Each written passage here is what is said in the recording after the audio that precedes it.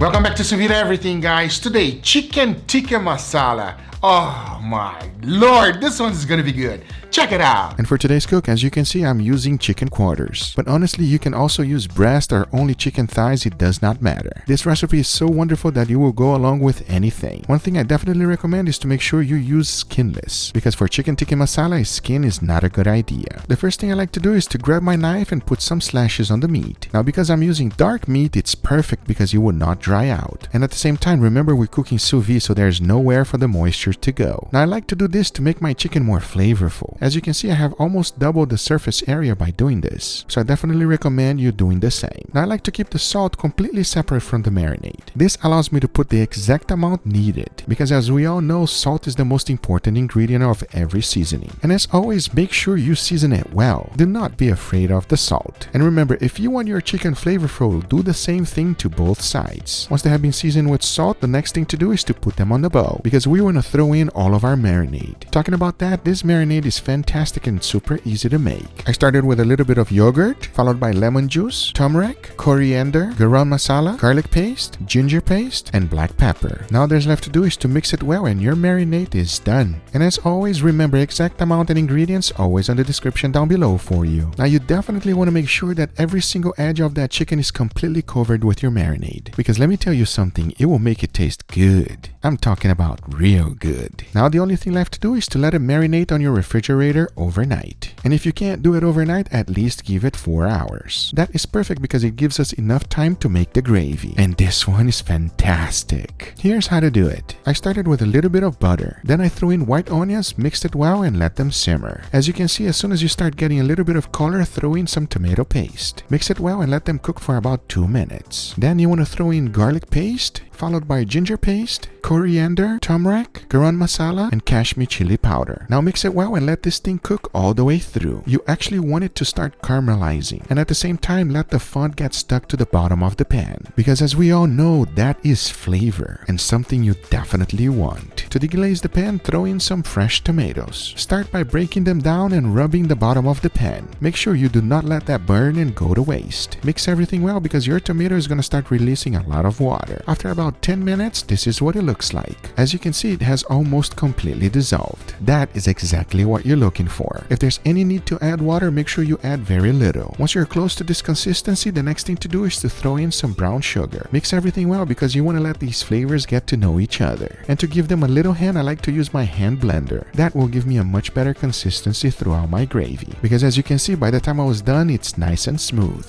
Now the next ingredients to finish up your gravy, I started by seasoning with a little bit of salt, followed by black pepper, and finished it off with heavy cream. Mix it well and taste for seasoning. If needed, let it reduce a little, but as I tasted mine, it was fantastic, and there was no need for it to be reduced. And check it out, this is exactly what you're looking for. Unlike butter chicken, which has an extremely smooth sauce, this one you want it kind of rough, because let me tell you something, it is absolutely delicious, and I definitely recommend you doing it just this way. Now that we have our gravy ready, all there's left to do is to vacuum seal it and it's ready for the water bath. But first, the best side dish to go along with this is definitely rice. And here's how I like to do it. One of the things a lot of people like to skip is actually washing your rice. No, do not do that. Always wash your rice. Now here's what I like to do to take my rice to the next level. Instead of just throwing it in the pan and start cooking it, I like to throw in a little bit of bacon fat and stir fry it for a second. This produces an awesome flavor, and in the end it will be nice and fluffy. So once my bacon fat has completely rendered, I threw in the rice. Stir fry it under high heat for about 2 minutes. Once the 2 minutes are up, throw in the water. I like to use the ratio of 1 part rice and 2 parts water. You want to keep everything under high heat and bring everything to a boil. Once they have been seasoned with salt, as it starts to boil, reduce the heat to medium. Let that cook all the way until you start seeing the rice, because by that time it's time to cover it and set your heat to low. After about 15 minutes, check it out. You have perfect fluffy rice. That is how easy it is to make it. But now going back to our chicken, the marinating time is completely over. Now all there's left to do is to bag them up and get them ready for the water bath. Talking about that, I'm going to be cooking them at 165 degrees Fahrenheit for a total of 3 hours. That will give me the perfect doneness for the chicken. The gravy, however, I'll be cooking at the same temperature but only for 30 minutes. And I can't wait to give them a try.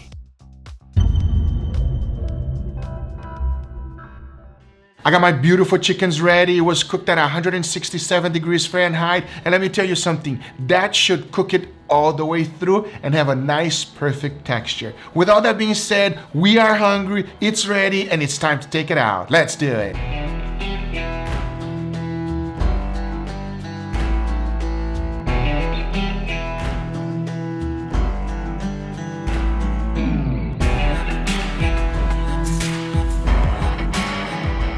I know what you're thinking, and I'll tell you, it does not look that appetizing because every time I use any type of marinade that has yogurt with sous vide, as soon as it comes out of the bag, it does not look that good. But it does smell phenomenal, all right? So that's a sign that it's gonna be a lot better than it looks right now. For the searing, I'm gonna be using a combination of my gas grill together with my flamethrower. And the reason I'm gonna do that is so that I get nice grill marks where I'll put a strong char on it because I wanna feel that flavor of char. I know they don't look that good right now, but watch this.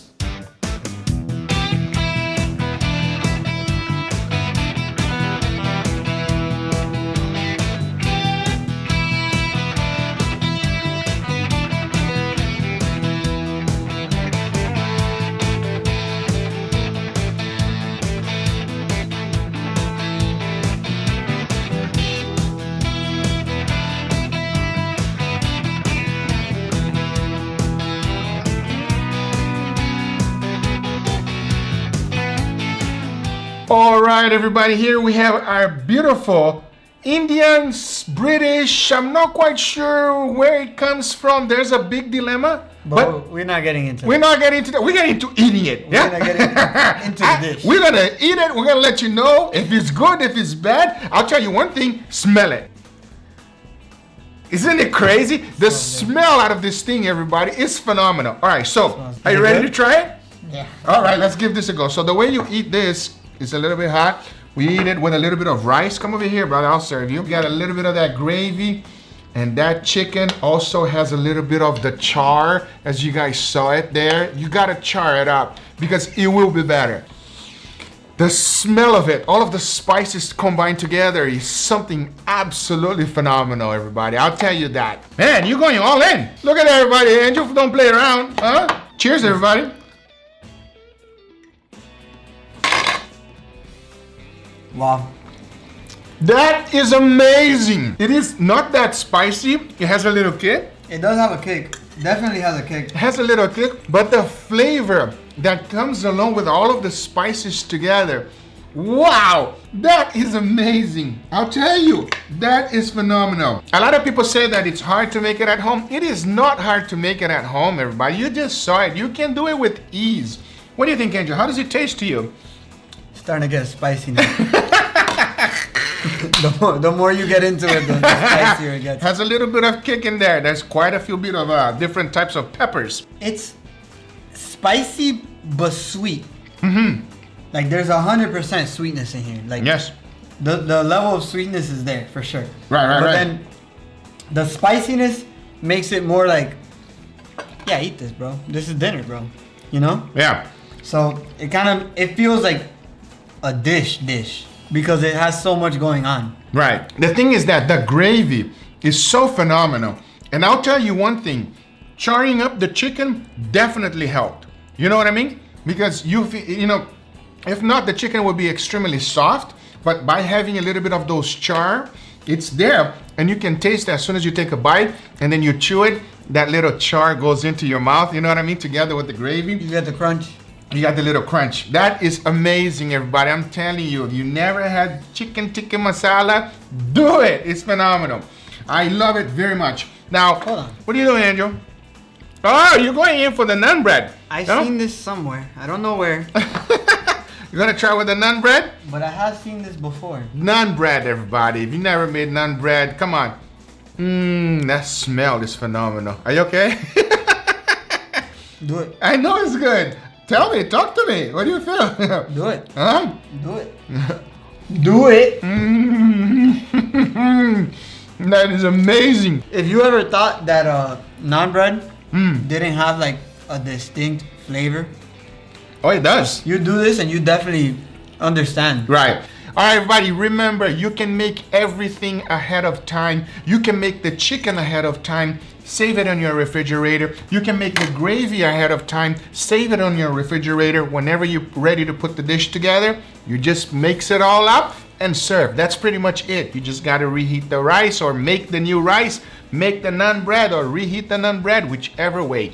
It is as easy as it gets, everybody. I hope you guys enjoyed this video. If you do enjoy it, make sure you give it a thumbs up. If you're not a subscriber, be sure to subscribe for future videos. Remember, if you are interested in anything I use, everything is always on the description down below. Thank you so much for watching, and we'll see you guys on the next one. One last tip, make sure you make extra because it tastes better the next day.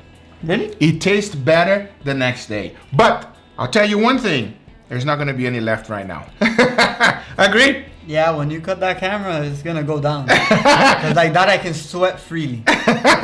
I'll see you guys on the next one. Take care, everybody. Bye-bye.